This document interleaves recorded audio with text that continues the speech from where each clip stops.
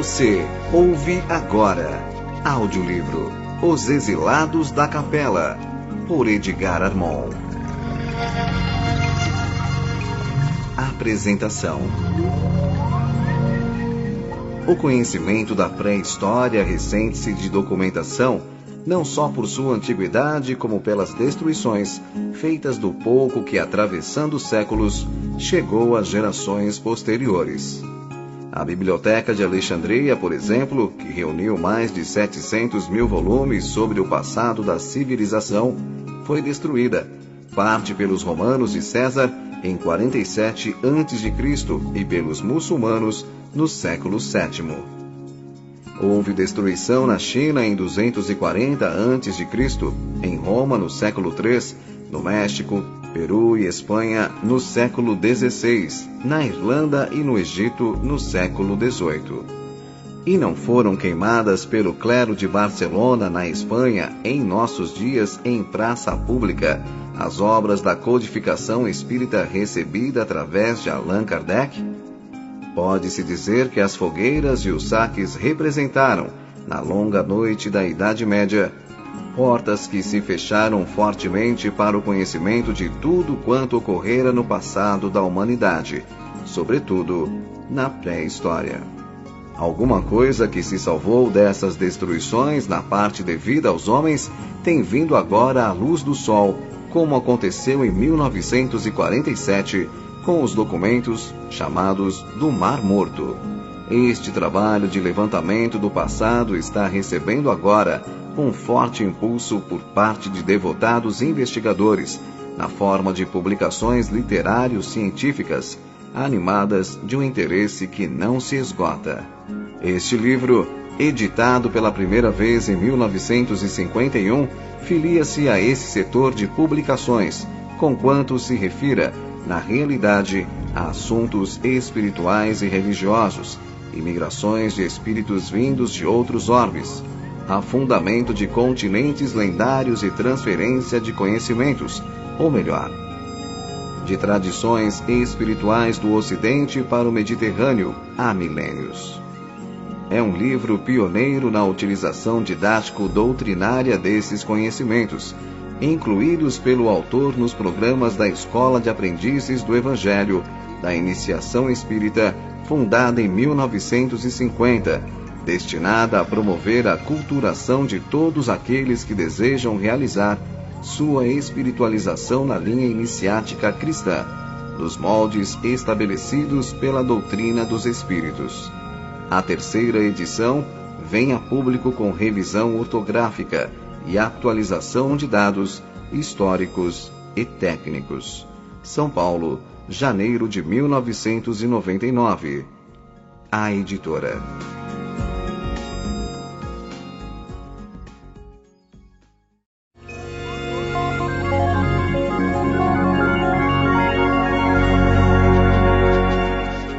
Título: muitas vezes, em momentos de meditação, vieram-nos à mente interrogações referentes às permutas e migrações periódicas de populações entre os orbes e no que diz respeito à Terra, as ligações que, porventura, teria tido uma dessas imigrações, a dos habitantes da Capela, com a crença universal planetária do Messias, bem como com seu advento ocorrido na Palestina.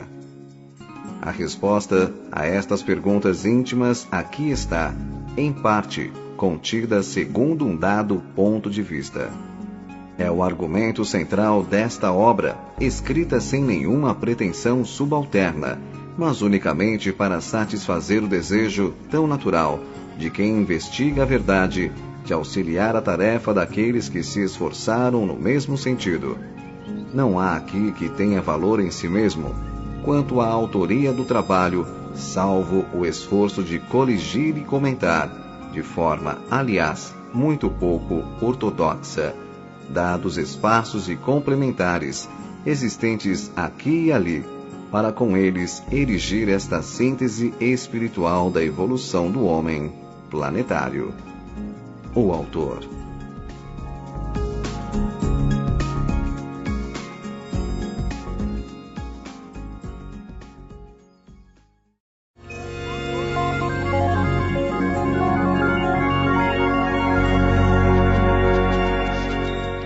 Capítulo 1. A constelação do Cocheiro.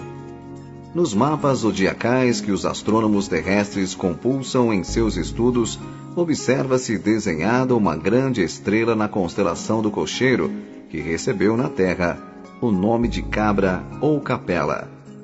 Magnífico Sol entre os astros que nos são mais vizinhos, ela, na sua trajetória pelo infinito, faz-se acompanhar, igualmente, da sua família de mundos, cantando as glórias divinas do ilimitado. A caminho da luz, Emmanuel, capítulo 3. A constelação do Cocheiro é formada por um grupo de estrelas de várias grandezas, entre as quais se inclui a Capela, de primeira grandeza, que por isso mesmo é a alfa da constelação. Capela é uma estrela inúmeras vezes maior que o nosso Sol, e se este fosse colocado em seu lugar, mal seria percebido por nós, à vista desarmada. Dista da Terra cerca de 45 anos-luz, distância esta que em quilômetros se representa pelo número de 4.257, seguido de 11 zeros. Na abóboda celeste Capela está situada no hemisfério boreal, limitada pelas constelações da Girafa, Perseu e Lince. E quanto ao zodíaco, sua posição é entre Gêmeos e Touro. Conhecida desde a mais remota antiguidade, Capela é uma estrela gasosa. Segundo afirma o célebre astrônomo e físico inglês Arthur Stanley Eddington, 1882 a 1944, e de matéria tão fluídica que sua densidade pode ser confundida com a do ar que respiramos. Sua cor é amarela, o que demonstra ser um Sol em plena juventude, e como um Sol, deve ser habitada por uma humanidade bastante evoluída.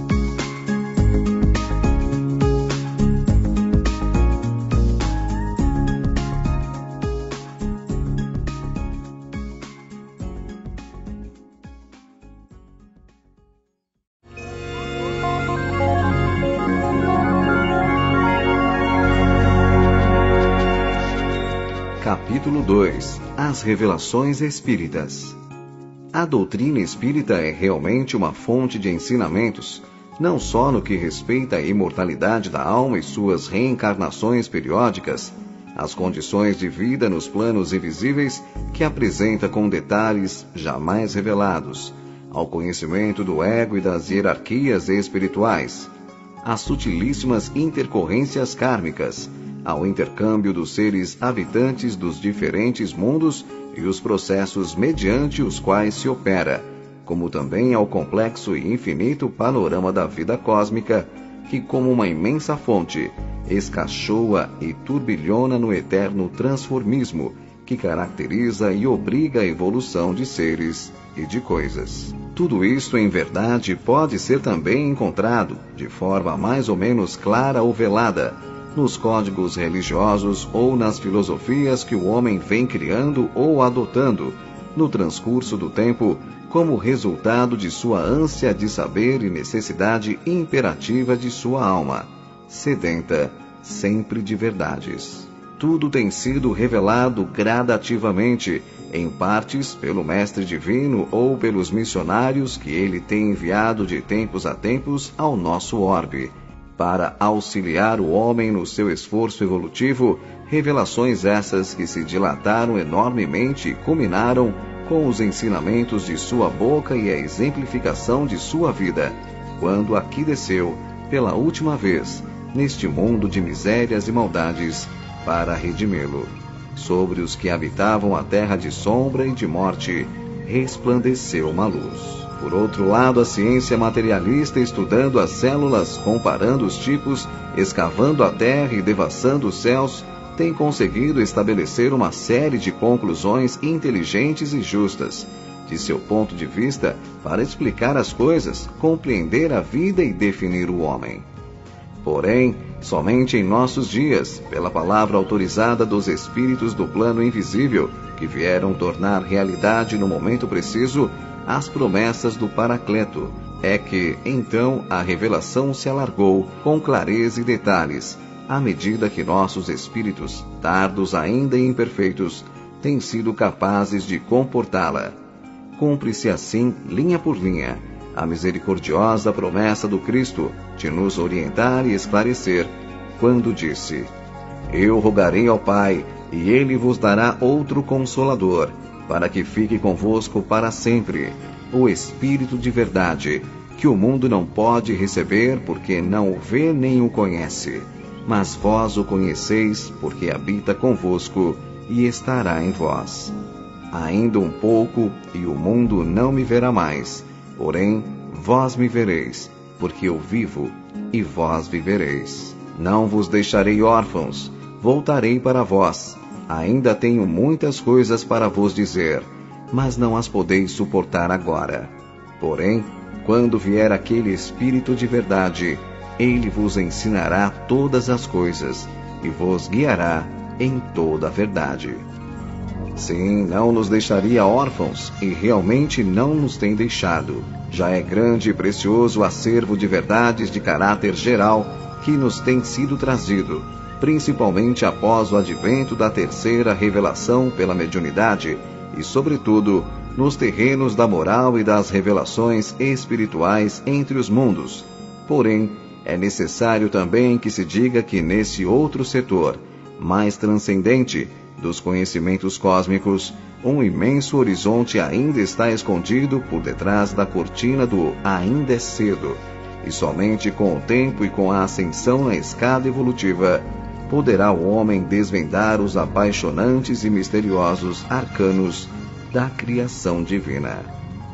Emmanuel, um desses espíritos de verdade, vem se esforçando de algum tempo a esta parte em auxiliar a humanidade nesse sentido, levantando discretamente, com o auxílio de outros benfeitores autorizados, novos campos da penetração espiritual, para que o homem deste fim de ciclo realize um esforço maior de ascensão e se prepare melhor para os novos embates do futuro no mundo renovado do terceiro milênio, que tão rapidamente se aproxima.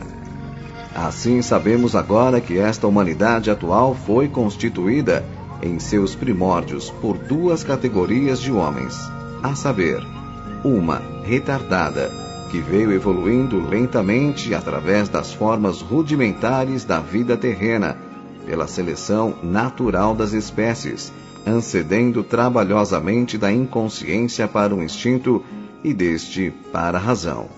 Homens, vamos dizer, autóctones, componentes das raças primitivas, das quais os primatas foram o tipo anterior mais bem definido, e outra categoria, composta de seres mais evoluídos e dominantes, que constituíram as levas exiladas da capela, o belo orbe da constelação do Cocheiro, a que já nos referimos, além dos inumeráveis sistemas planetários que formam a portentosa, inconcebível e infinita criação universal. Esses milhões de advenas para aqui transferidos em época impossível de ser agora determinada, eram detentores de conhecimentos mais amplos e de entendimentos mais dilatados em relação aos habitantes da Terra e foram um elemento novo que arrastou a humanidade animalizada daqueles tempos para novos campos de atividade construtiva, para a prática da vida social e, sobretudo, deu-lhe as primeiras noções de espiritualidade e do conhecimento de uma divindade criadora. Mestres, condutores, líderes, que então se tornaram das tribos humanas primitivas, foram eles, os exilados, que definiram os novos rumos que a civilização tomou, conquanto sem completo êxito.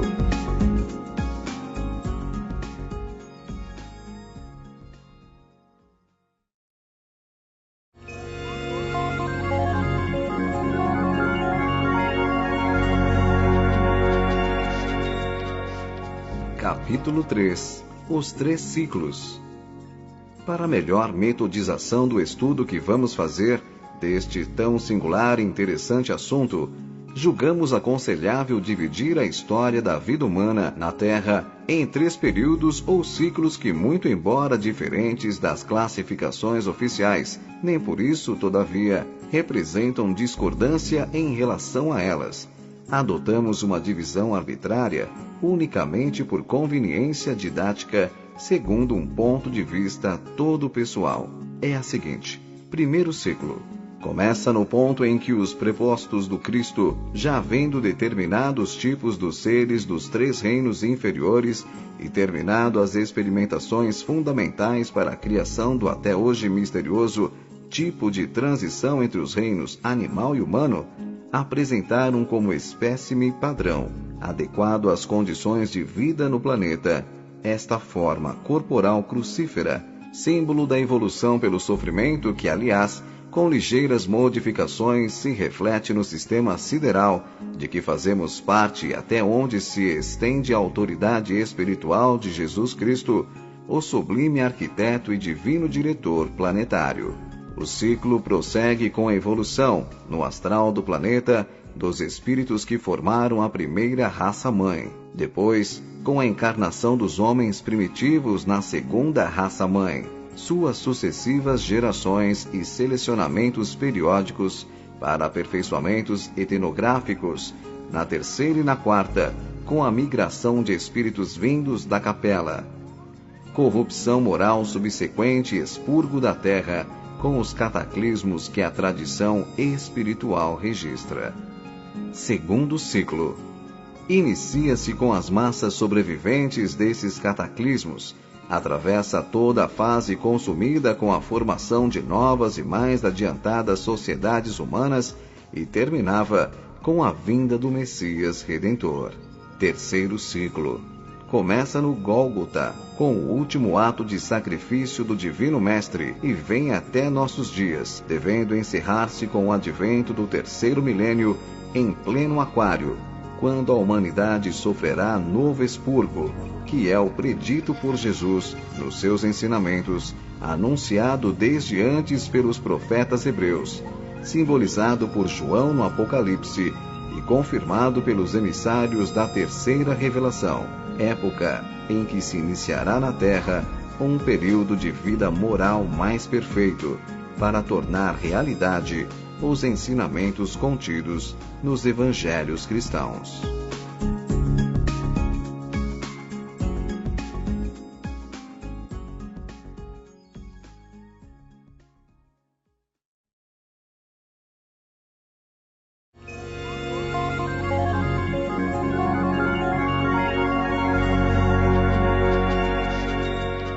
Capítulo 4. No tempo dos primeiros homens.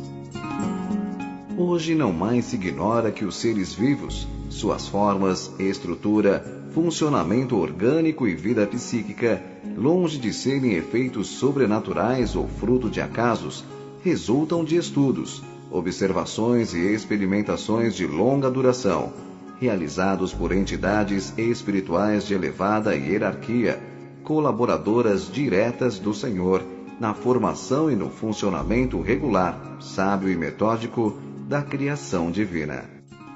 O princípio de todas as coisas e seres é o pensamento divino, que no ato da emissão e por virtude própria se transforma em leis vivas, imutáveis, permanentes.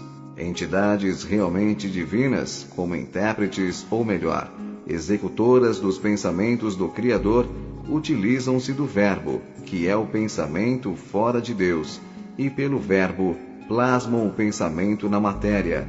A força do Verbo, dentro das leis, age sobre a matéria, condensando-a, criando formas, arcabouços, para as manifestações individuais da vida. O pensamento divino só pode ser plasmado pela ação dinâmica do Verbo, e se este só pode ser emitido por entidades espirituais individualizadas, o que o absoluto não é, intermediárias existentes fora do plano absoluto, as quais possuam força e poder para agir no campo da criação universal. Assim, quando o pensamento divino é manifestado pelo Verbo, ele se plasma na matéria fundamental, pela força da mesma enunciação, dando nascimento à forma, à criação visível, aparencial. Sem o Verbo não há essa criação, porque ela, não se concretizando na forma, é como se não existisse, permaneceria como o pensamento divino e revelado no campo da existência abstrata. Ora, para a criação da terra o Verbo foi e é o Cristo. Paulo, em sua epístola aos Efésios, diz: Deus, por Jesus Cristo, criou todas as coisas. E João Evangelista muito bem esclareceu: no princípio era o Verbo, e o Verbo estava com Deus, e o Verbo era Deus. Todas as coisas foram feitas por ele, e sem ele, nada do que foi feito se fez. Por isso é que o Divino Mestre diz: Eu sou o caminho, a verdade e a vida. Ninguém vai ao Pai, senão por mim. Assim, pois, formam-se os mundos, seres e coisas, tudo pela força do Verbo, que traduz o pensamento criador, segundo as leis que esse mesmo pensamento encerra. Noutras palavras, o absoluto pelo pensamento cria a vida e as leis, e entidades espirituais do plano divino, pela força do Verbo, plasmam a criação na matéria, dão forma e estrutura a todas as coisas e seres e presidem sua evolução na eternidade. Na gênese cósmica, no que se refere à Terra, a ação do Verbo traduziu o pensamento criador, a seu tempo, na constituição de uma forma globular fluídica, emanada do Sol central, que veio situar-se no devido ponto do sistema planetário, como um novo recurso de manifestações de vida para seres em evolução. Circundando a Terra, formou-se uma camada fluídica, de teor mais elevado, destinada a servir-lhe de limitação e proteção, como também de matriz astral, para a elaboração das formas vivas destinadas a evoluir neste mundo em formação. Nessa camada se continham os germes dos seres, conforme foram concebidos pelos espíritos criadores das formas, representando tipos padrões, fluidicamente plasmados para futuros desenvolvimentos. E com o tempo progredindo a condensação da forma globular, segundo as leis que regem a criação universal, os gases internos emanados do núcleo central subiam à periferia do conjunto, onde eram contidos pela camada protetora, e daí, condensados pelo resfriamento natural, caíam novamente sobre o núcleo, em forma líquida, trazendo, contudo, em suas malhas, se assim podemos dizer, os germes de vida ali existentes. Esses germes, assim veiculados, espalharam-se pela superfície do globo em formação, aguardando oportunidade de desenvolvimento, e quando, após inúmeras repetições desse processo de intercâmbio, a periferia do globo ofereceu, finalmente, condições favoráveis de consistência, umidade e temperatura, nela surgiu a matéria orgânica primordial, o protoplasma, que permitiu a eclosão da vida com a proliferação dos germes já existentes, bem como espíritos humanos em condições primárias involutivas, mônadas, aptas ao início da trabalhosa escalada evolutiva na matéria, e outros germes que, segundo a cronologia dos reinos, deveriam, no futuro, também manifestar-se. Os seres vivos da Terra, com as formas que lhes foram atribuídas pelo Verbo e seus prepostos, apareceram no globo há centenas de milhões de anos. Primeiro nas águas, depois na terra, primeiro os vegetais, depois os animais, todos evoluindo até seus tipos mais aperfeiçoados. Segundo pesquisas e conclusões da ciência oficial, a Terra tem 2 bilhões de anos de existência, tendo vivido 1 bilhão de anos em processo de ebulição e resfriamento, após o que, e somente então, surgiram os primeiros seres dotados de vida.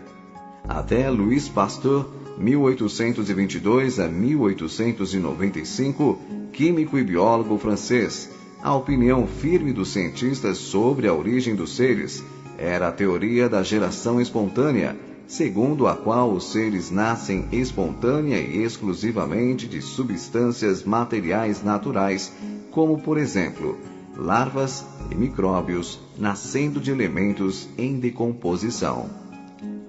Com as pesquisas e conclusões deste eminente sábio francês, o conhecimento se modificou e ficou provado que os germes nascem uns dos outros, não tendo valor científico a suposição da geração espontânea, conquanto o problema continuava ainda de pé em relação ao primeiro ser, do qual os demais se geraram.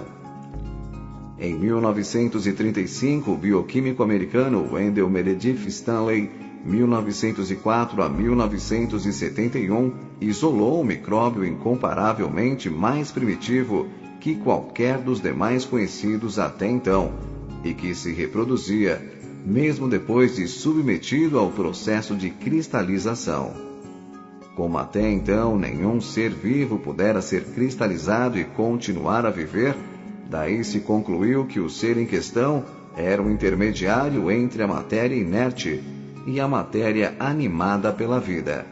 Admitiram os pesquisadores que esse fato veio preencher a grande lacuna existente entre os seres vivos mais atrasados e as mais complexas substâncias orgânicas inanimadas, como, por exemplo, as proteínas. Esse ser seria, então, academicamente falando, o ponto de partida para as gerações dos seres vivos existentes na Terra, os quais, há 1,5 bilhão de anos, vêm evoluindo sem cessar, aperfeiçoando as espécies e suas atividades específicas. Nesses primórdios da evolução humana e no ápice do reino animal, estavam os símios, muito parecidos com os homens, porém, ainda animais, sem aquilo que justamente distingue o homem do animal, a saber, a inteligência.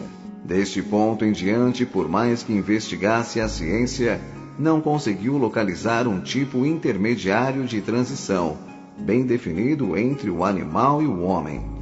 Descobriu fósseis de outros reinos e pôde classificá-los, mas nada obteve sobre o tipo de transição para o homem.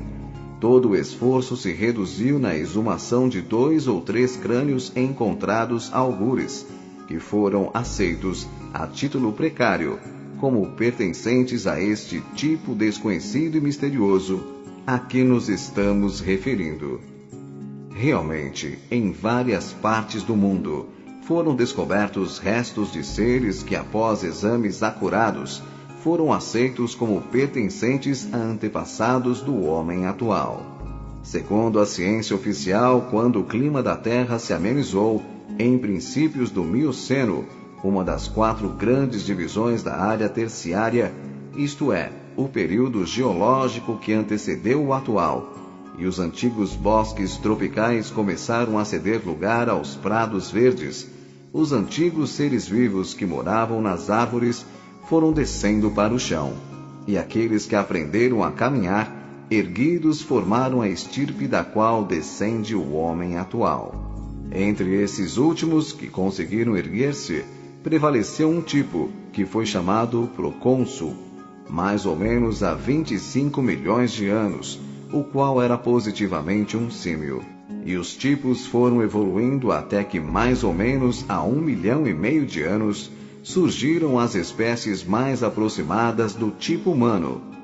Realmente, na Ásia, na África e na Europa, foram descobertos esqueletos de antropóides, macacos semelhantes ao homem, não identificados. Nas camadas do Pleistoceno inferior, também chamado Paleolítico, período antigo da Era da Pedra Lascada, e no Leolítico, Era da Pedra Polida, vieram à luz instrumentos, objetos e restos de dentes, ossos e chifres cada vez mais bem trabalhados. Em 1807 surgiu em Heidelberg, na Alemanha, um maxilar inferior um tanto diferente dos tipos antropóides, até que finalmente surgiram esqueletos inteiros desses seres, permitindo melhores exames e conclusões. Primeiramente surgiram criaturas do tamanho de um homem, que andavam de pé, tinham cérebro pouco desenvolvido as quais foram chamadas Pitecântropo, ou Homem de Java, que viveram entre 550 e 200 mil anos atrás. Em seguida surgiu Sinântropo, ou Homem de Pequim, de cérebro também muito precário. Mais tarde surgiram tipos de cérebro mais evoluídos que viveram de 150 a 35 mil anos atrás e foram chamados de Homens do Rio Solo, Polinésia, de Floresbed, África do Sul, da Rodésia, África, e o mais generalizado de todos, chamado Homem de Neandertal, Alemanha, cujos restos, em seguida, foram também encontrados nos outros continentes. Como possuíam um cérebro bem maior, foram chamados Homo sapiens, conquanto tivessem ainda muitos sinais de deficiências em relação à fala, à associação de ideais e à memória.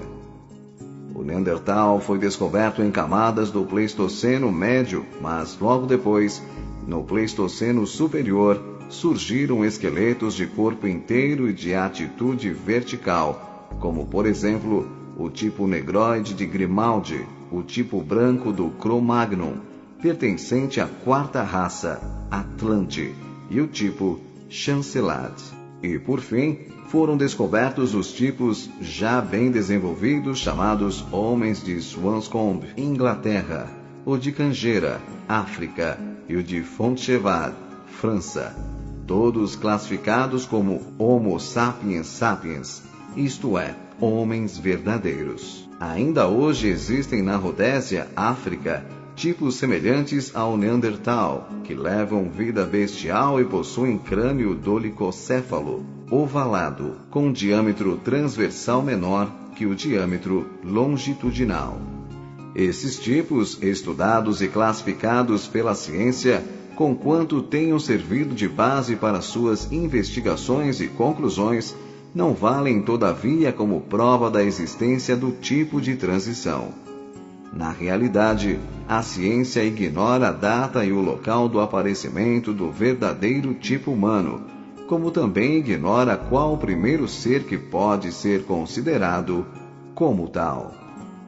O elo, portanto, entre o tipo animal mais evoluído e o homem primitivo se perde entre o Pitecântropo, que era bestial, e o Homo sapiens, que veio 400 mil anos mais tarde. Em resumo, eis a evolução do tipo humano. Símios ou primatas. Tipo evoluído de primata, procônsul, milhões de anos. Homo erectus, Pitecântropo e Sinântropo, 500 mil anos. Homo sapiens, solo, Rodésia, Floresbad, Neandertal, 150 mil anos. Homo sapiens sapiens, Swanscombe, Cangeira, Fontchevad, Cro-Magnon e Chancelad, 35 mil anos. É bem de ver que se houvesse existido esse tipo intermediário, inúmeros documentos fósseis dessa espécie existiriam, como existem de todos os outros seres vivos, e assim, como houve e ainda há inúmeros símios, representantes do ponto mais alto da evolução dessa classe de seres, também havia os tipos correspondentes, intermediários entre uns e outros.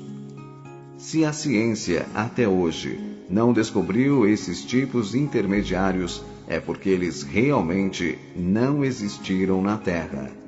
Foram plasmados em outros planos de vida, onde os prepostos do Senhor realizaram a sublime operação de acrescentar ao tipo animal mais perfeito e evoluído de sua classe os atributos humanos, que por si sós, conquanto aparente inicialmente invisíveis, dariam ao animal condições de vida enormemente diferentes e possibilidades evolutivas impossíveis de existirem no reino animal, cujos tipos se restringem e se limitam em si mesmos.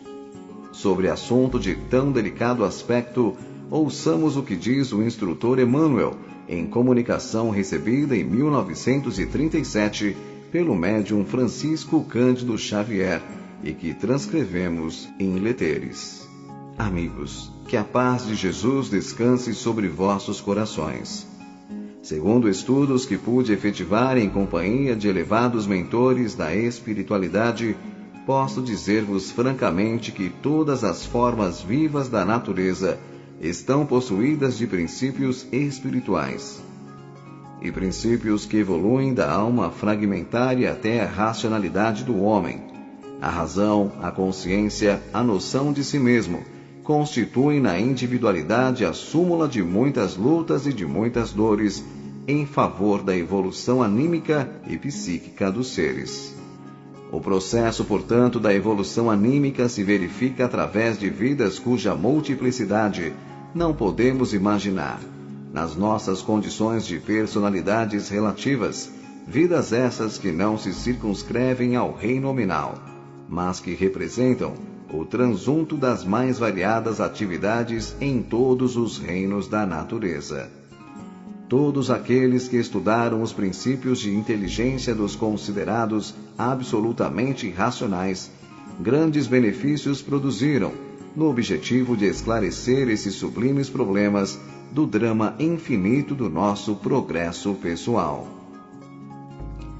O princípio inteligente para alcançar as cumeadas da racionalidade teve de experimentar estágios outros de existências nos planos de vida. Os protozoários são embriões de homens, como os selvagens das regiões ainda incultas são os embriões dos seres angélicos. O homem, para atingir o complexo de suas perfeições biológicas na Terra, teve o concurso de espíritos exilados de um mundo melhor para o orbe terráqueo. Espíritos esses que se convencionou chamar de componente da raça adâmica, que foram em tempos remotíssimos desterrados para as sombras e para as regiões selvagens da Terra, porquanto a evolução espiritual do mundo em que viviam não mais a tolerava, em virtude de suas reincidências no mal. O vosso mundo era então povoado pelos tipos do primata hominus, dentro das eras da caverna e do sílex, e essas legiões de homens singulares, pelo seu assombroso e incrível aspecto, se aproximavam bastante do Pithecanthropus erectus, estudado pelas vossas ciências modernas como um dos respeitáveis ancestrais da humanidade. Foram, portanto, as entidades espirituais a que me referi, que, por misericórdia divina e em razão das novas necessidades evolutivas do planeta, imprimiram um novo fator de organização às raças primigênias, dotando-as de novas combinações biológicas, objetivando o aperfeiçoamento do organismo humano. Os animais são os irmãos inferiores dos homens. Eles também, como nós, vêm de longe, através de lutas incessantes e redentoras, e são como nós, candidatos a uma posição brilhante na espiritualidade. Não é em vão que sofrem nas fainas benditas, da dedicação e da renúncia, em favor do progresso dos homens. Seus labores, penosamente efetivados, terão um prêmio que é o da evolução na espiritualidade gloriosa. Eles, na sua condição de almas fragmentárias no terreno da compreensão, têm todo um exército de protetores dos planos do alto, objetivando a sua melhoria e o amplo desenvolvimento de seu progresso em demanda do reino nominal. Em se desprendendo do invólucro material, encontram imediatamente entidades abnegadas que os encaminham na senda evolutiva, de maneira que a sua marcha não encontre embaraços quaisquer que os impossibilitem de progredir, como se torna necessário, operando-se sem perda de tempo, a sua reencarnação. Qual a forma animal que se acha mais vizinha do homem? O macaco, tão carinhosamente estudado por Darwin nas suas cogitações filosóficas e científicas, é um parente próximo das criaturas humanas, falando-se fisicamente com seus pronunciados laivos de inteligência, mas a promoção do princípio espiritual do animal, a racionalidade humana, se processa fora da Terra, dentro de condições e aspectos que não posso vos descrever, dada a ausência de elementos analógicos para as minhas comparações. E que Jesus nos inspire esclarecendo as nossas mentes em face de todas as grandiosidades das leis divinas imperantes na criação. Assim, pois quando essa operação transformadora se consumou fora da Terra, no astral planetário ou em algum mundo vizinho, estava ipso facto criada a raça humana com todas as suas características e atributos iniciais à primeira raça-mãe, que a tradição espiritual oriental definiu da seguinte maneira: espíritos ainda inconscientes, habitando corpos fluídicos, pouco consistentes.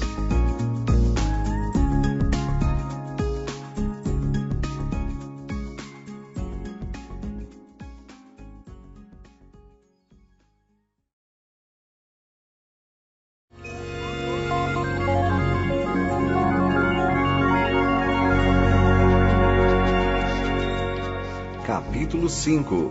As encarnações na segunda raça.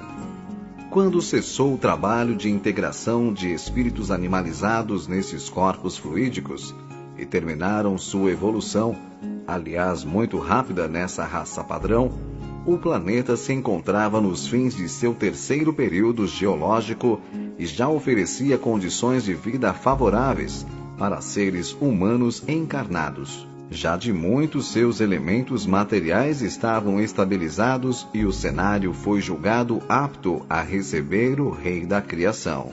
Iniciou-se então essa encarnação nos homens primitivos formadores da segunda raça-mãe, que a tradição esotérica também registrou com as seguintes características: espíritos habitando formas mais consistentes, já possuidores de mais lucidez e personalidade, porém ainda não fisicamente humanos. Iniciou-se com estes espíritos um estágio de adaptação na crosta planetária, tendo como teatro o grande continente da Lemúria. Esta segunda raça deve ser considerada como pré-adâmica. Estava-se nos albores do período quaternário. Os homens desta segunda raça em quase nada se distinguiam dos seus antecessores símios. Eram grotescos, animalizados, inteiramente peludos, enormes cabeças pendentes para a frente, braços longos que quase tocavam os joelhos, ferozes, de andar trôpego e vacilante, em cujo olhar, inexpressivo e esquivo, predominavam a desconfiança e o medo. Alimentavam-se de frutos e raízes.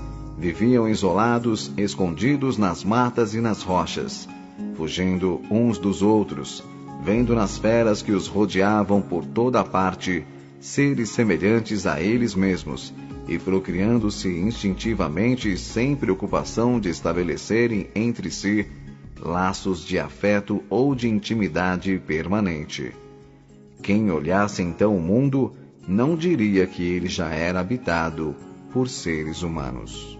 Essa segunda raça evoluiu por muitos milênios, dando tempo a que se procedesse a necessária adaptação ao meio ambiente, até que, por fim, com o desabrochar lento e custoso da inteligência, surgiu entre seus componentes o desejo de vida comum, que nessa primeira etapa evolutiva era visceralmente brutal e violento.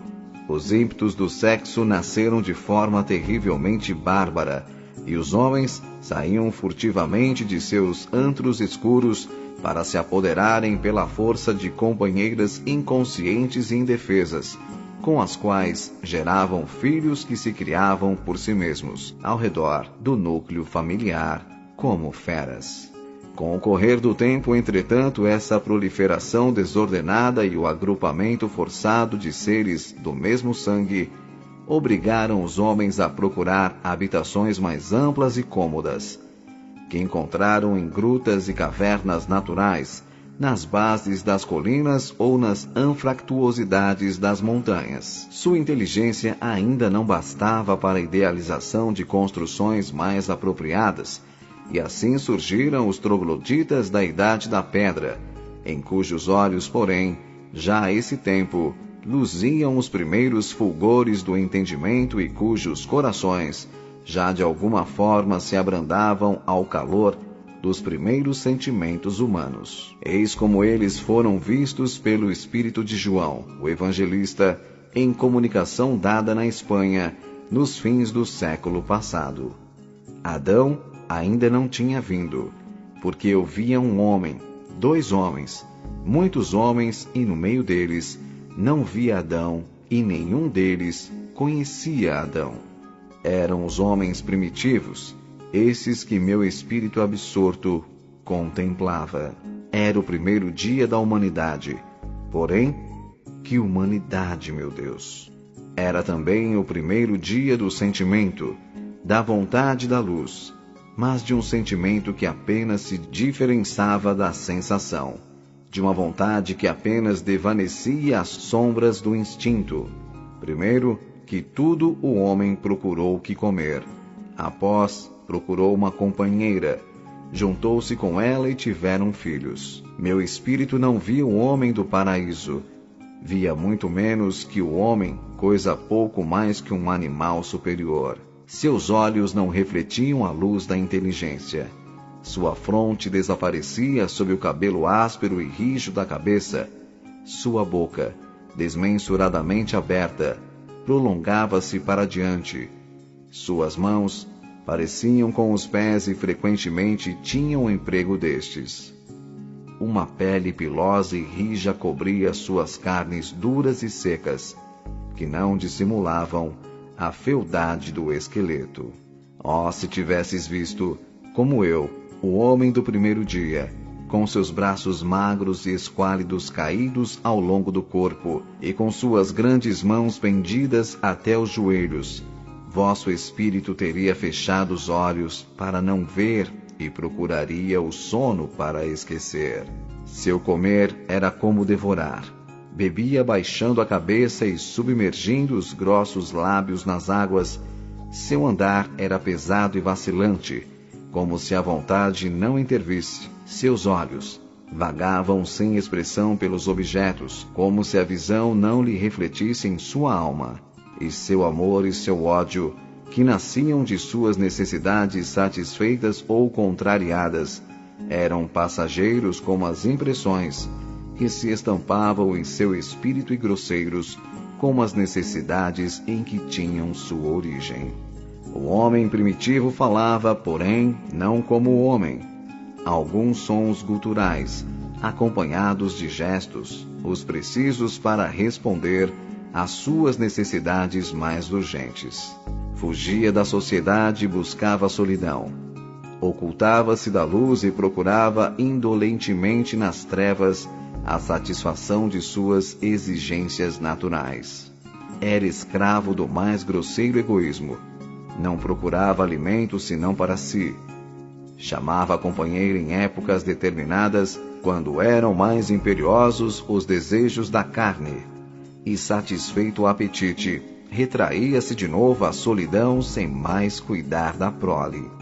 O homem primitivo nunca ria, nunca seus olhos derramavam lágrimas. O seu prazer era um grito, e a sua dor era um gemido. O pensar fatigava-o, fugia do pensamento como da luz. E mais adiante acrescenta: e nesses homens brutos do primeiro dia, o predomínio orgânico gerou a força muscular, e a vontade subjugada pela carne gerou o abuso da força. Dos estímulos da carne nasceu o amor, do abuso da força nasceu o ódio, e a luz, agindo sobre o amor e sobre o tempo, gerou as sociedades primitivas. A família existe pela carne, a sociedade existe pela força. Moravam as famílias à vista de todos, protegiam-se, criavam rebanhos, levantavam tendas sobre troncos e depois caminhavam sobre a terra. O homem mais forte é o senhor da tribo. A tribo mais poderosa é o lobo das outras. As tribos errantes, como o furacão, marcham para diante e, como gafanhotos, assaltam a terra, onde pousam seus enxames. Assim como bem deixa ver o evangelista no final de sua comunicação, com o correr dos tempos, as famílias foram se unindo, formando tribos, se amalgamando, cruzando tipos, elegendo chefes e elaborando as primeiras regras de vida em comum, que visavam preferentemente as necessidades materiais da subsistência e da procriação.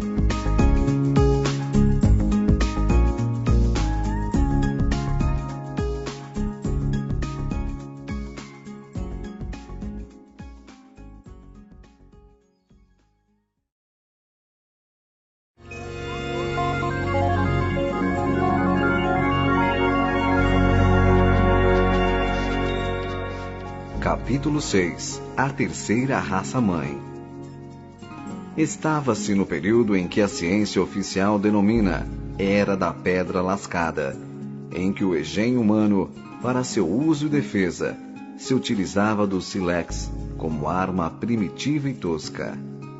Nessa época, em pleno quaternário, por efeito de causas pouco conhecidas, ocorreu um resfriamento súbito da atmosfera, formando-se geleiras que cobriam toda a Terra. O homem, que mal ainda se adaptava ao ambiente planetário, temeroso e hostil, teve então seus sofrimentos agravados com a necessidade vital de defender-se do frio intenso que então sobreveio, cobrindo-se de peles de animais subjugados em lutas temerárias e desiguais, em que lançava mão de armas rudimentares e insuficientes contra feras e monstros terríveis que o rodeavam por toda a parte. Foi então que o seu instinto e as inspirações dos assistentes invisíveis o levaram à descoberta providencial do fogo, o novo e precioso elemento de vida e defesa, que abriu à humanidade torturada de então novos recursos de sobrevivência e de conforto. Entretanto, tempos mais tarde, as alternativas da evolução física do globo determinaram um acentuado aquecimento geral, que provocou súbito degelo e terríveis inundações. Fenômeno esse que na tradição pré-histórica ficou conhecido como o dilúvio universal, atribuído a um desvio do eixo do globo que se oblicou e provocado pela aproximação de um astro que determinou também alterações na sua órbita, que se tornou então mais fechada. Mas o tempo transcorreu em sua inexorável marcha e o homem, a poder de sofrimentos indizíveis e penosíssimas experiências de toda sorte, conseguiu superar as dificuldades dessa época tormentosa. Acentuou-se em consequência o progresso da vida humana no orbe, surgindo as primeiras tribos de gerações mais aperfeiçoadas, que formaram a humanidade da terceira raça-mãe, composta de homens de porte agigantado, cabeça mais bem conformada e mais ereta, braços mais curtos e pernas mais longas, que caminhavam com mais aprumo e segurança, em cujos olhos se vislumbravam mais acentuados lampejos de entendimento. Nasceram principalmente na Lemúria e na Ásia, e suas características etnográficas, mormente no que se respeita à cor da pele, cabelos e feições do rosto, variavam muito, segundo a alimentação, os costumes e o ambiente físico das regiões em que habitavam. Eram nômades. Mantinham-se em lutas constantes entre si e, mais que nunca, predominavam entre eles a força e a violência.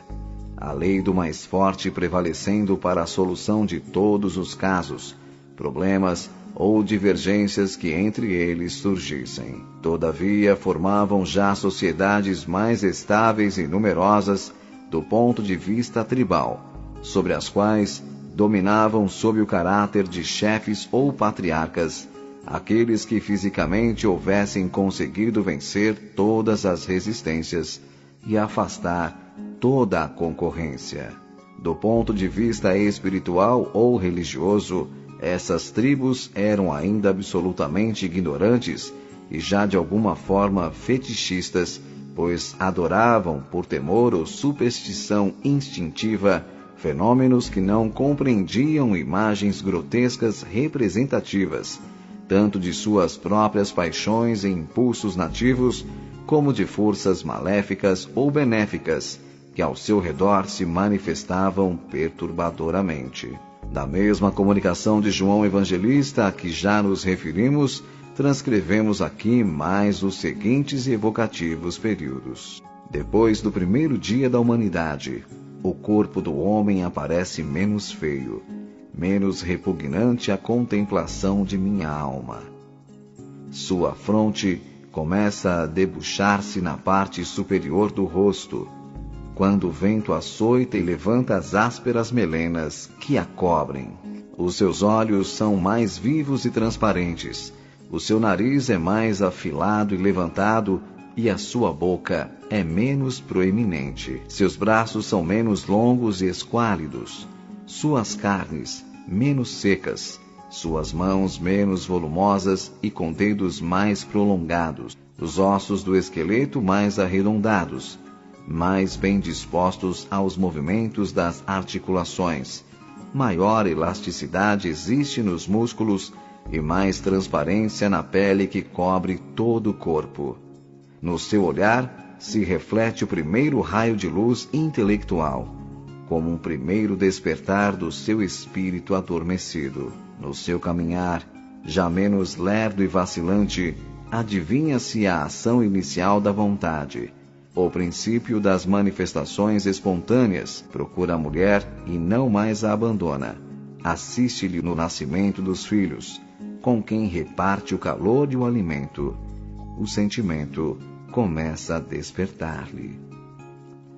A humanidade, nessa ocasião, estava então num ponto em que uma ajuda exterior era necessária e urgente, não só para consolidar os poucos e laboriosos passos já palmilhados, como principalmente para dar-lhe diretrizes mais seguras e mais amplas no sentido evolutivo. Em nenhuma época da vida humana tem-lhe faltado o auxílio do alto, que quase sempre se realiza pela descida de emissários autorizados. O problema da Terra, porém, naqueles tempos, exigia para sua solução medidas mais amplas e mais completas, que, aliás, não tardaram a ser tomadas pelas entidades espirituais responsáveis pelo progresso planetário, como veremos em seguida.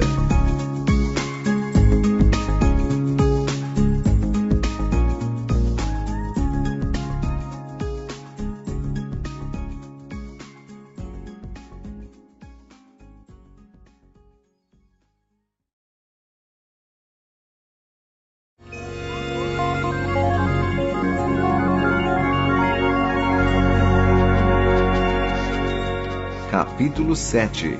Como era então o mundo? Oriente. O grande continente da Lemúria, que se estendia das alturas da ilha de Madagascar para o leste e para o sul, cobrindo toda a região ocupada hoje pelo Oceano Índico, descendo até a Austrália e incluindo a Polinésia. B. A região central da Ásia, limitada ao sul pelo Himalaia, e que se estendia para leste, Pacífico adentro, para o oeste, terminava num grande mar, que subia de sul para norte, passando pelas regiões hoje ocupadas pelo Indostão, Beluchistão, Pérsia e Tartária, e terminando na região subártica. Esse foi o habitat central da terceira raça. Ocidente. C. O continente formado pela Grande Atlântida, que se desenvolvia de sul a norte sobre a região hoje ocupada pelo Oceano Atlântico, que lhe herdou o nome. D. A parte superior da América do Norte, que formava então dois braços dirigidos, um para Oriente, na direção da atual Groenlândia, e outro para Ocidente, prolongando-se pelo Oceano Pacífico, na direção da Ásia. Nestas duas regiões se estabeleceram, mais tarde, os povos da quarta raça. E, ao norte, um continente ártico, denominado Hiperbóreo, que cobria toda a região do Polo Norte, mais ou menos até a altura do paralelo 80, sobre todo o território europeu. Esta foi a região habitada mais tarde pelos formadores da quinta raça, os árias. Além desses 5 continentes, a tradição consigna a existência do chamado primeiro continente, terra sagrada, terra dos deuses, que era o berço do primeiro Adão, a habitação do último mortal divino, escolhido como uma sede para a humanidade, devendo presidir a semente da futura humanidade. Como se vê, trata-se da própria capela, que após a descida dos exilados, passou a ser considerada como uma região ligada à terra, um prolongamento desta por ser a própria pátria, o paraíso momentaneamente perdido, e para onde deveriam voltar ao fim de seu exílio. Esses continentes a que nos referimos eram então habitados pelos homens da terceira raça, que assim se distribuíam. Na Lemúria, os Hutas, homens de pele escura.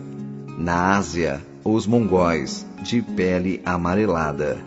Na Atlântida, os atlantes, de pele avermelhada, os primitivos, que serviram de semente à quarta raça. Sem embargo dessas diferenças de cor, as demais características biológicas já descritas prevaleciam, mais ou menos uniformemente, para todos os indivíduos desta terceira raça, em todos os lugares.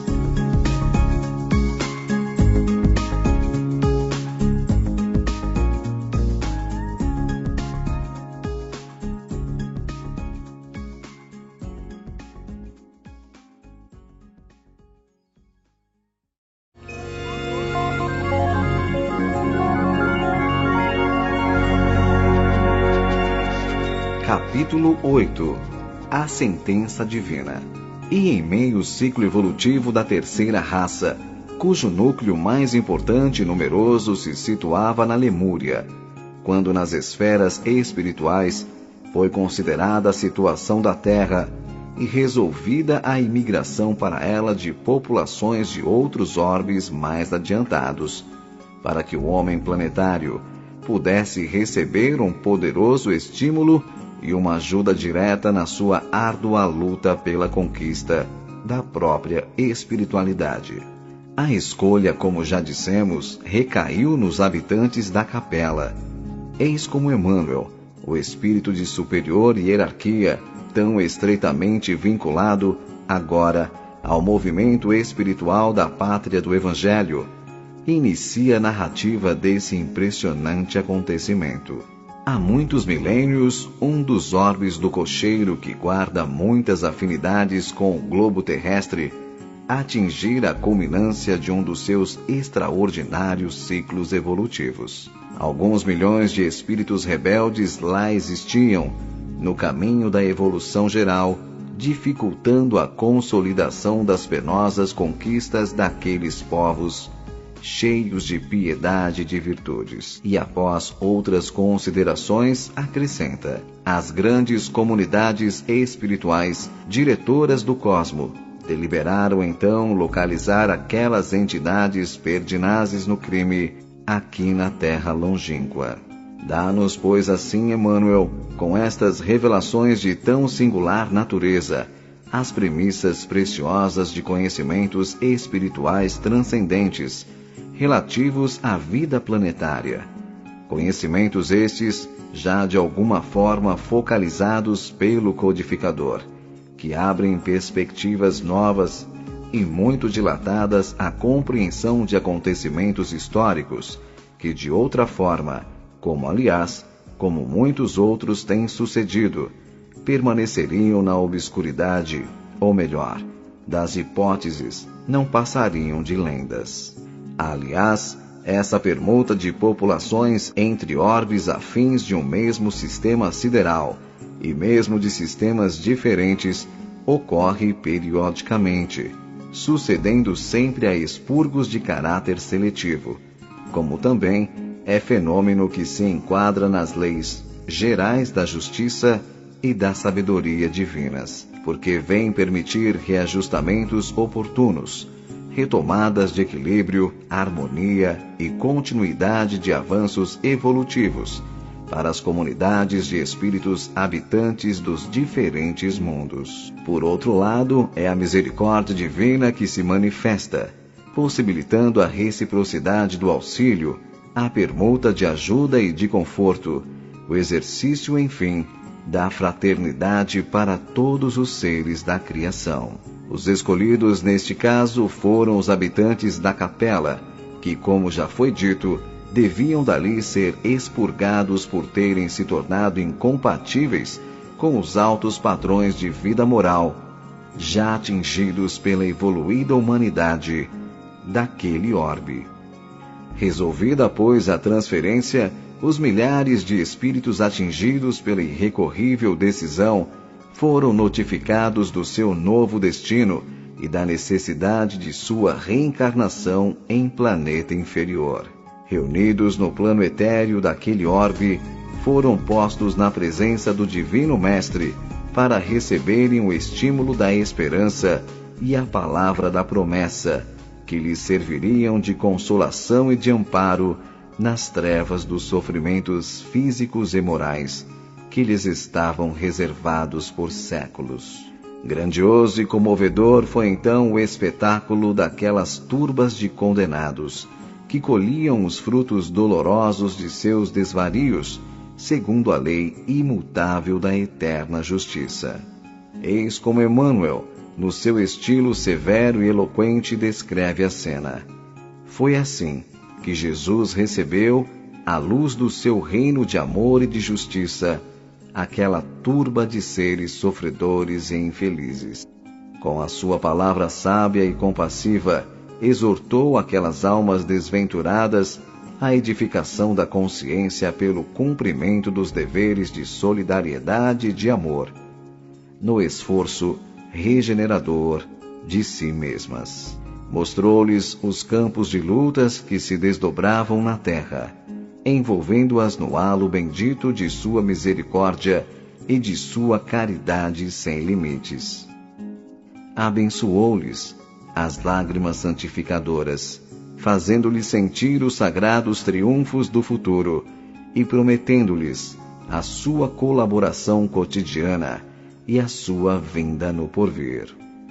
Aqueles seres desolados e aflitos, que deixavam atrás de si todo um mundo de afetos, não obstante os seus corações empedernidos na prática do mal, seriam degredados na face obscura do planeta terrestre. Andariam desprezados na noite dos milênios da saudade e da amargura. Reencarnar-se-iam no seio das raças ignorantes e primitivas, a lembrarem o paraíso perdido nos firmamentos distantes. Por muitos séculos não veriam a suave luz da capela, mas trabalhariam na terra acariciados por Jesus e confortados na sua imensa misericórdia. E assim a decisão irrevogável se cumpriu e os exilados, fechados seus olhos para os esplendores da vida feliz no seu mundo, foram arrojados na queda tormentosa, para de novo somente abri-los nas sombras escuras de sofrimento e de morte do novo habitat planetário. Foram as cores de Lúcifer que, avassaladas pelo orgulho e pela maldade, se precipitaram dos céus à terra, que daí por diante passou a ser-lhes a morada purgatorial por tempo indefinido. E após a queda, conduzidos por entidades amorosas, auxiliares do Divino Pastor, foram os degredados reunidos no etéreo terrestre e agasalhados em uma colônia espiritual, acima da crosta, onde durante algum tempo permaneceriam em trabalhos de preparação e de adaptação para a futura vida, a iniciar-se no novo ambiente planetário.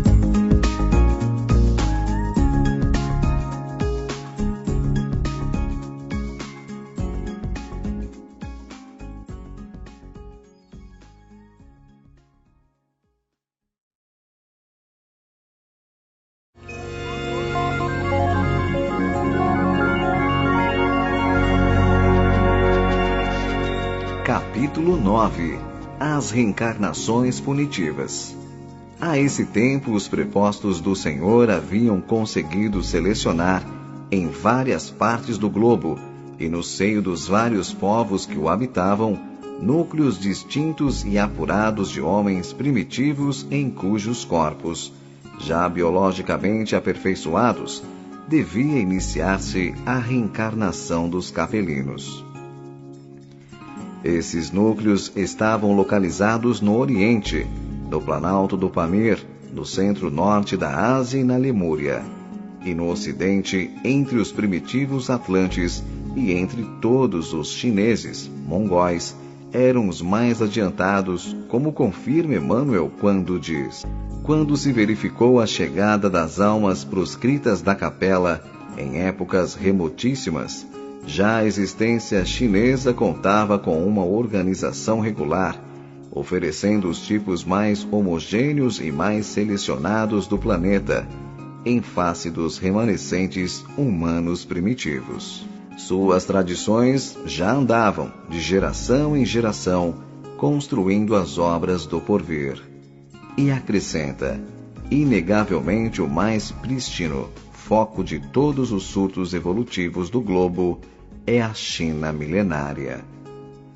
Os capelinos, pois que já estavam reunidos, como vimos, no etéreo terrestre, aguardando o momento propício, começaram então a encarnar nos grupos selecionados a que já nos referimos, predominantemente nos do Planalto do Pamir, que apresentavam as mais aperfeiçoadas condições biológicas e etnográficas, como sejam pele mais clara, cabelos mais lisos, rostos de traços mais regulares, porte físico mais desempenado e elegante.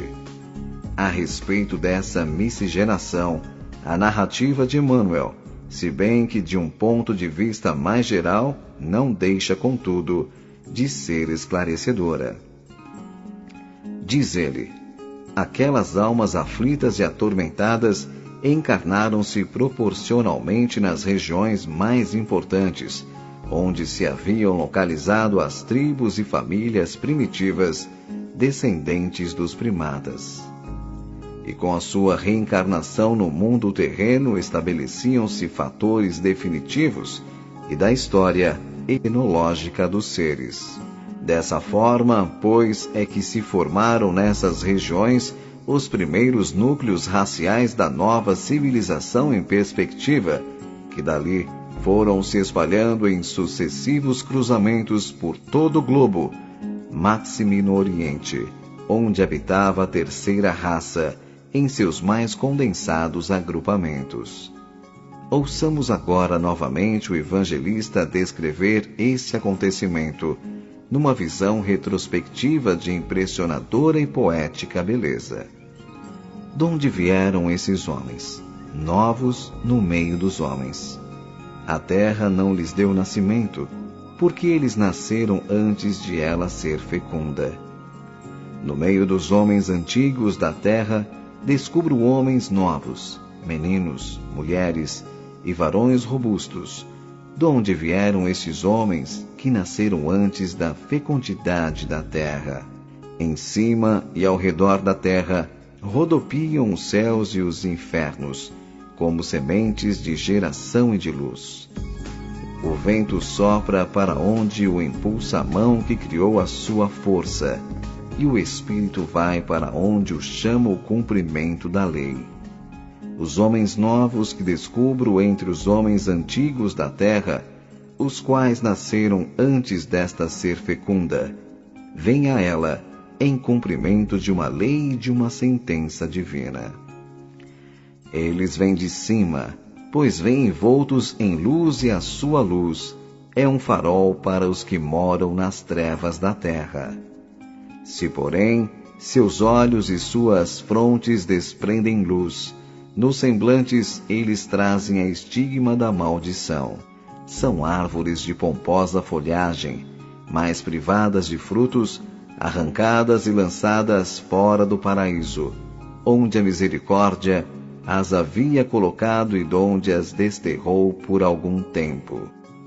A sua cabeça de ouro, as suas mãos de ferro e os seus pés de barro. Conheceram o bem, praticaram a violência e viveram para a carne. A geração proscrita traz na fronte o selo da sentença, mas também tem o da promessa no coração.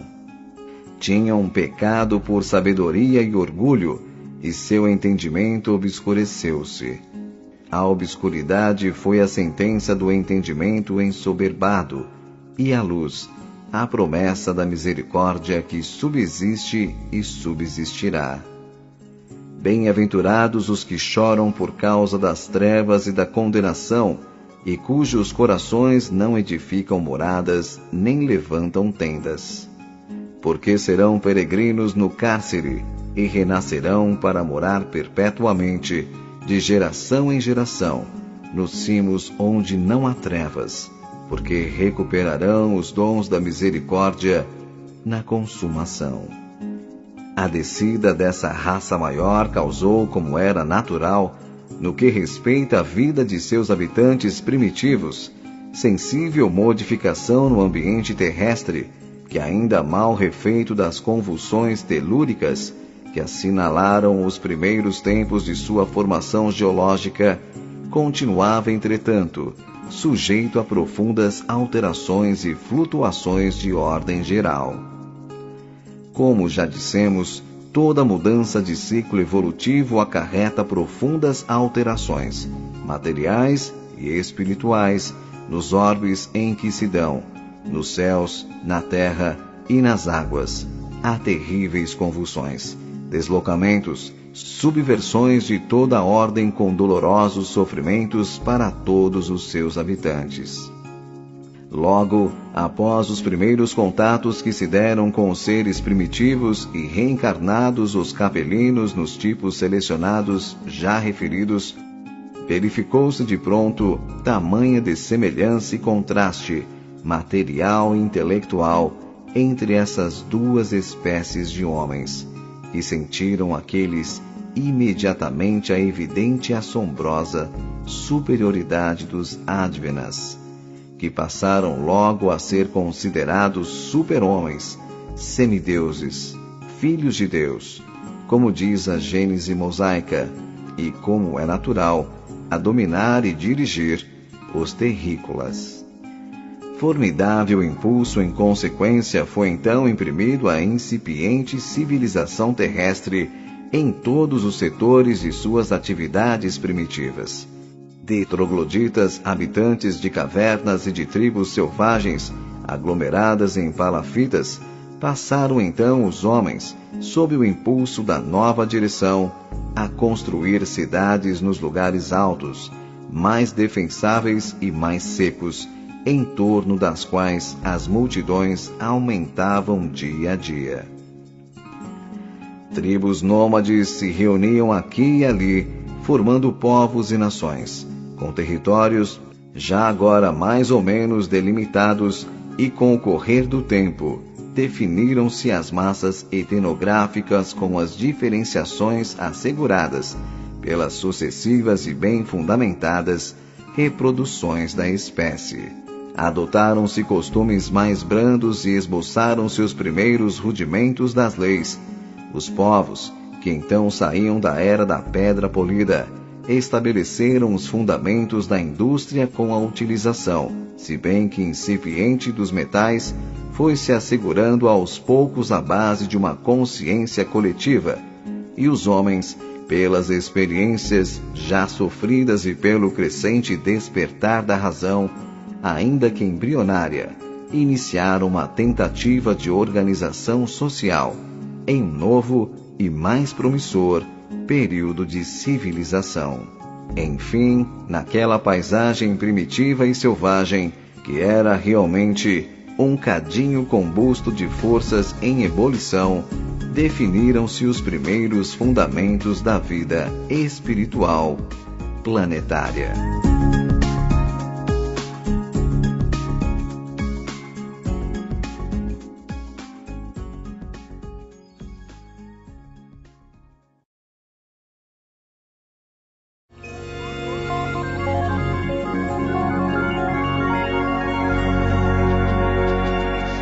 Capítulo 10.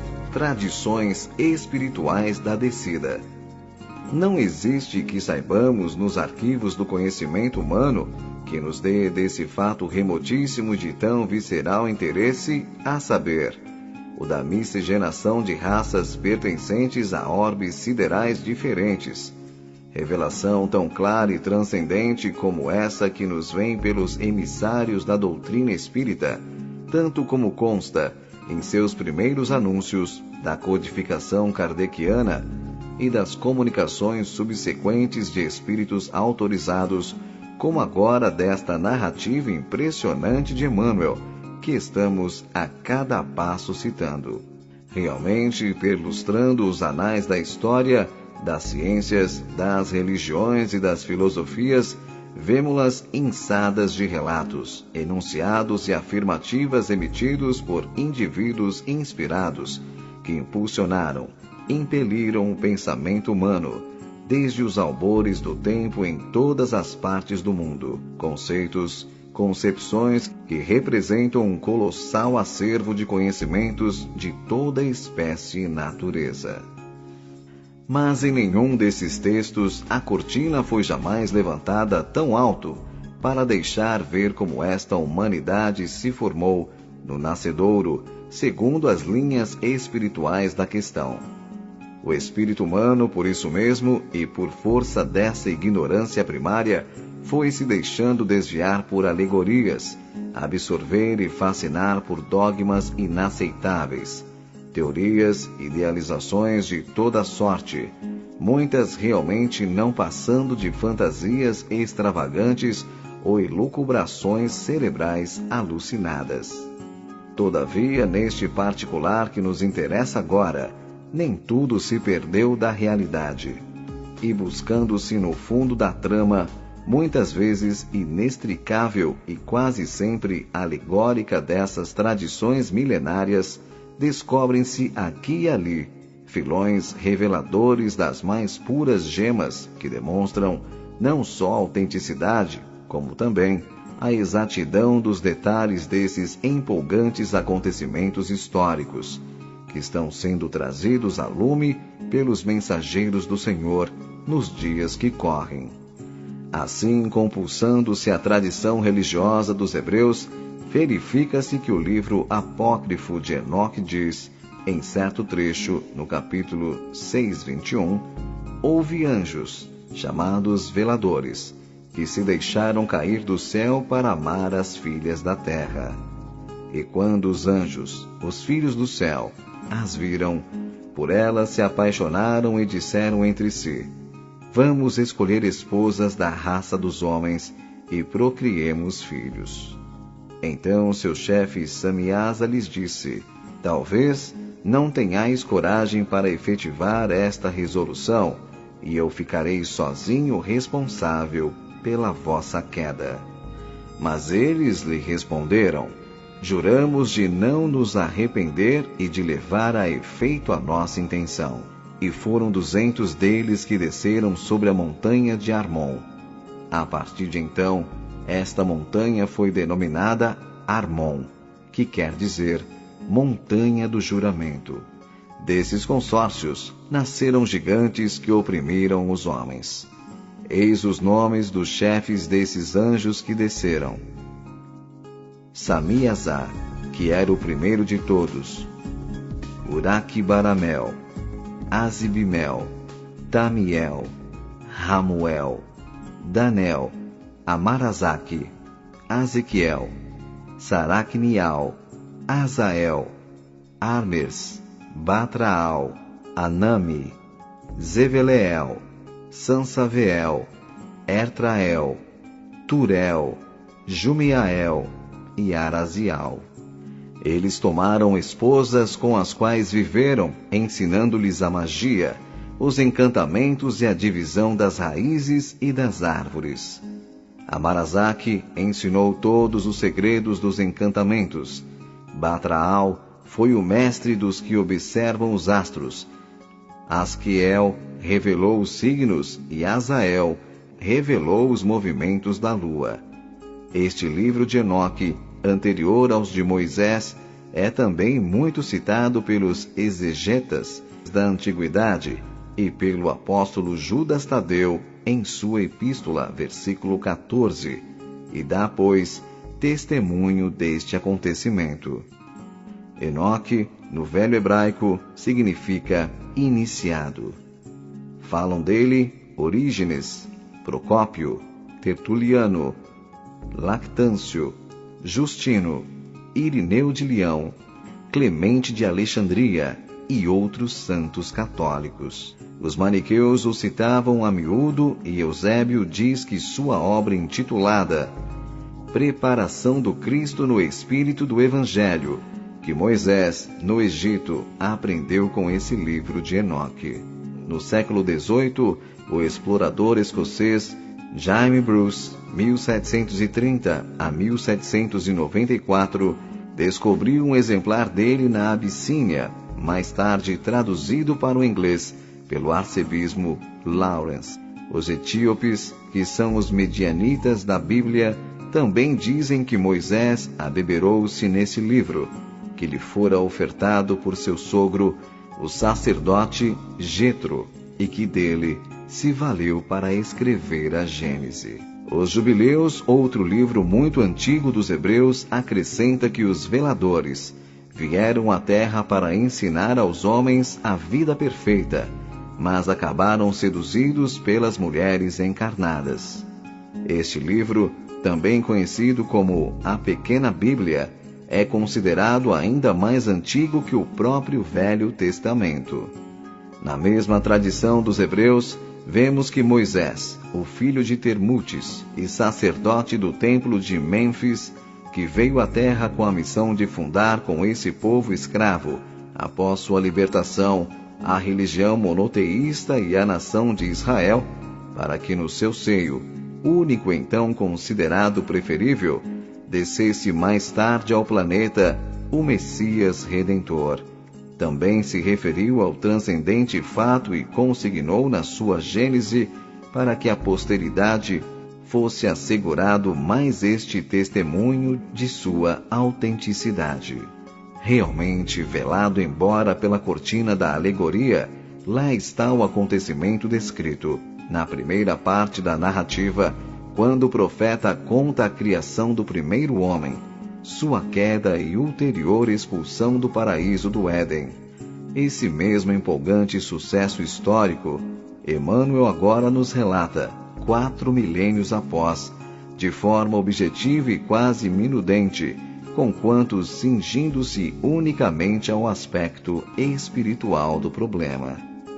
Pois ele mesmo adverte, referindo-se às finalidades de sua já citada obra: não deverá ser este um trabalho histórico. A história do mundo está compilada e feita. Nossa contribuição será a tese religiosa, elucidando a influência sagrada da fé e o ascendente espiritual no curso de todas as civilizações terrestres.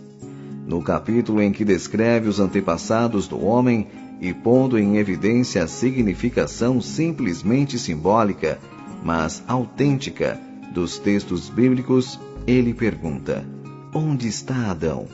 Com a sua queda do paraíso.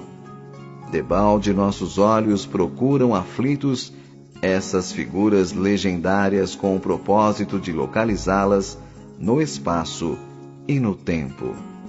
Compreendemos afinal que Adão e Eva constituem uma lembrança dos espíritos degradados na paisagem obscura da terra, como Caim e Abel são 2 símbolos para a personalidade das criaturas. Sim, realmente, Adão representa a queda dos espíritos capelinos neste mundo de expiação que é a terra, onde o esforço verte lágrimas e sangue, como também no sagrado texto está predito: maldita é a terra por causa de ti, disse o Senhor, com dor comerás dela todos os dias de tua vida. Com o suor do teu rosto comerás o pão até que te tornes a terra. Refere-se o texto aos capelinos, às sucessivas reencarnações que sofriam para resgate de suas culpas. Se é verdade que os filhos da terra, no esforço de sua própria evolução, teriam de passar dificuldades e padecimentos próprios dos passos iniciais do aprendizado moral, dúvidas também não restam de que a terra, de alguma forma, foi maleficiada com a descida dos degredados que para aqui trouxeram novos e mais pesados compromissos a resgatar e nos quais seriam envolvidos também os habitantes primitivos.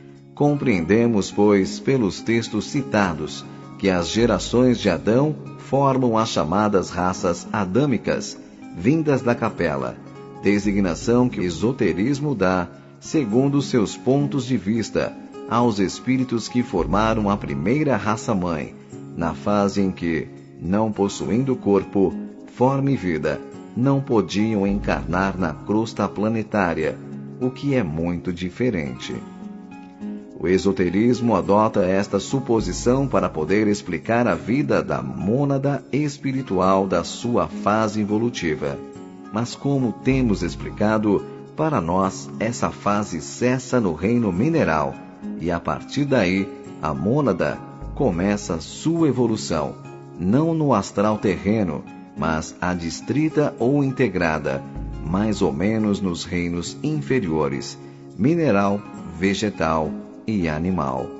Somente após terminar suas experiências neste último reino, animal, penetra a mônada no estágio preparatório do astral terreno, em trânsito para suas primeiras etapas no reino humanal. Qualquer dessas fases dura milênios. Mas retomando a narrativa e no entendimento iniciático, diremos que Caim e Abel, os dois primeiros filhos, são unicamente símbolos das tendências do caráter dessas legiões de emigrados, formadas em parte por espíritos rebeldes, violentos e orgulhosos, e em parte por outros, ainda que criminosos, porém jamais pacificados, conformados e submissos à vontade do Senhor. A corrente de Caim, mais numerosa, foi a que primeiro se encarnou, como já vimos, entre os povos da terceira raça, que mais depressa e mais facilmente vinculou-se com os filhos da terra, os habitantes primitivos, vindo a formar sem contestação a massa predominante dos habitantes do planeta naquela época, e cujo caráter, dominador e violento, predomina até nossos dias em muitos povos. Como conta Moisés, e saiu Caim da face do Senhor e habitou na terra de Nod, da banda do oriente do Éden. E conheceu Caim a sua mulher, e ela concebeu e gerou Enoque, e ele edificou uma cidade. É fácil de ver que se Caim e Abel realmente tivessem existido como filhos primeiros do primeiro casal humano, não teria Caim encontrado mulher para com ela se casar, porque a terra seria então desabitada. É, pois, evidente que os capelinos, ao chegar, já encontraram o mundo habitado por outros homens. O texto significa que as primeiras legiões de exilados, saindo da presença do Senhor em capela, vieram à terra encarnando-se primeiramente no Oriente, mesclando-se com as mulheres dos povos aí existentes, gerando descendentes e edificando cidades. E dizendo, da banda do Oriente do Éden, confirma o conceito, porque é suposição corrente que o Éden da Bíblia, se bem que alegórico, referia-se a uma região situada na Ásia Menor, e o oriente dessa região justamente fica para os lados da Lemúria e Ásia, onde habitavam os Rutas da terceira raça. E quanto aos exilados da corrente de Abel, diz a Gênese na força do seu símbolo, que eles foram suprimidos logo no princípio, o que deixa entender que a sua permanência na terra foi curta. Prosseguindo na enumeração das tradições referentes à descida dos exilados da capela, verificamos que os babilônios antigos, conforme inscrições, cuneiformes descobertas pela ciência em escavações situadas em Cunionic, povoação da antiga Caldeia, somente reconheciam como tendo existido à época do dilúvio duas raças de homens, sendo uma de pele escura que denominavam os Adames negros e outra de pele clara que denominavam os Sarcos, ambas tendo por antepassados uma raça de deuses que desceram à terra, obedecendo a 7 chefes, cada um dos quais orientava e conduzia uma massa de homens. Acrescentavam essas inscrições que esses seres eram considerados prisioneiros da carne, deuses encarnados, e terminavam afirmando que foi assim que se formaram as 7 raças adâmicas primitivas. Na tradição dos hindus, na parte revelada ao ocidente por H.P. Blavatsky, lê-se que, pelo meio de evolução da terceira raça-mãe, chamada raça lemuriana, vieram à Terra seres pertencentes a uma outra cadeia planetária, muito mais avançada em sua evolução. Esses membros de uma comunidade altamente evoluída, seres gloriosos aos quais seu aspecto brilhante valeu o título de Filhos do Fogo, constituem uma ordem sublime entre os filhos de Manas. Eles tomaram sua habitação sobre a terra como instrutores divinos da jovem humanidade. E as mitologias? E as lendas da pré-história? Não se referem elas a uma idade de ouro que a humanidade viveu nos seus primeiros tempos em plena felicidade? E a deuses, semideuses e heróis dessa época, que realizaram grandes feitos e em seguida desapareceram? Ora, como sabemos que a vida dos primeiros homens foi cheia de desconforto, temor e miséria, bem se pode então compreender que essa idade de ouro foi vivida fora da terra por uma humanidade mais feliz, e não passa de uma reminiscência que os exilados conservaram da vida espiritual superior que viveram no paraíso da Capela. Os deuses, semideuses e heróis dessa época, que realizaram grandes feitos e em seguida desapareceram, permanecendo unicamente como uma lenda mitológica, quem são eles senão os próprios capelinos das primeiras encarnações, que, como já vimos, em relação aos homens primitivos, rústicos e animalizados, podiam ser realmente considerados seres sobrenaturais. E os heróis antigos que se revoltaram contra Zeus, o deus grego, para se apoderarem do céu e foram arrojados ao Tártaro, não serão os mesmos espíritos refugados da Capela que lá no seu mundo se rebelaram e que por isso foram projetados na Terra? Os heróis antigos que se tornavam imortais e semideuses não eram sempre filhos de deuses mitológicos e de mulheres encarnadas?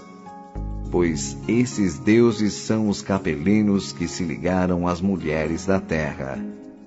Plutarco escreveu que os heróis podiam subir, aperfeiçoando-se ao grau de demônios, daimon, gênios, espíritos protetores, e até ao de deuses, espíritos superiores. O oráculo de Delfos na Grécia, a miúdo, anunciava essas ascensões espirituais dos heróis gregos. Isso não deixa patente o conhecimento que tinham os antigos sobre as reencarnações, a evolução dos espíritos e o intercâmbio entre os mundos?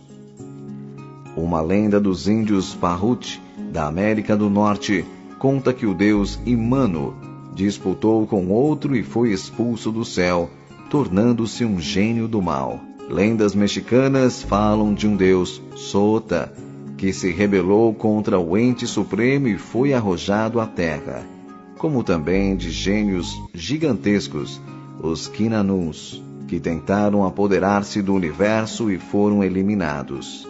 Finalmente, uma lenda asteca conta que houve um tempo em que os deuses andavam pela terra, que esta era, nessa época, um magnífico horto, pleno de flores e frutos. Tudo isso, porventura, não são alusões evidentes e claras à descida dos capelinos e suas encarnações na terra? Como bem se pode então ver, as tradições orientais e de outros povos antigos, inclusive dos hebreus, guardam notícias dos acontecimentos que estamos narrando, e em várias outras fontes do pensamento religioso dos antigos, poderíamos buscar novas confirmações, se não devêssemos, como é de nosso intento, nos restringir às de origem espírita, por serem as mais simples e acessíveis à massa comum dos leitores, e também porque este nosso trabalho não deve ter aspecto de obra de erudição, enredando-se em complexidades e mistérios de caráter religioso ou filosófico, mas simplesmente de crença em revelações espirituais, provindas de espíritos autorizados, responsáveis pelo esclarecimento das mentes humanas neste século de libertação espiritual. Como remate dessas tradições, citamos agora a obra de Hilarion do Monte Nebo, membro categorizado da Fraternidade Essênia, contemporâneo e amigo de Jesus, investigador da pré-história, com revelações conhecidas por Moisés anteriormente, segundo as quais sobreviventes do segundo afundamento da Atlântida aportaram a costa do Mediterrâneo a nordeste, nas faldas de uma cordilheira, onde formaram um pequeno aglomerado de colonização, no qual nasceu uma criança a que deram o nome de Abel. Aquela região pertencia ao reino de Etea, futura Fenícia, governada pela Confederação Cóbeda, fraternidade de orientação sócio-espiritualista, que exercia incontestada hegemonia sobre grande parte do mundo então conhecido, e cuja sede fora transferida de Nengadá, no delta do Nilo, para um ponto entre os rios Eufrates e Tigre, na Mesopotâmia, e cujo nome era La Paz. Transferido para La Paz, o jovem assimilou os conhecimentos científicos e religiosos da época, destacando-se pelas excepcionais virtudes morais e inteligência que possuía, as quais lhe permitiram ascender à direção geral dessa fraternidade, prestando relevantes serviços e sacrificando-se, por fim, em benefício da paz dos povos que governava, ameaçada por um pretendente rebelde de nome Caíno.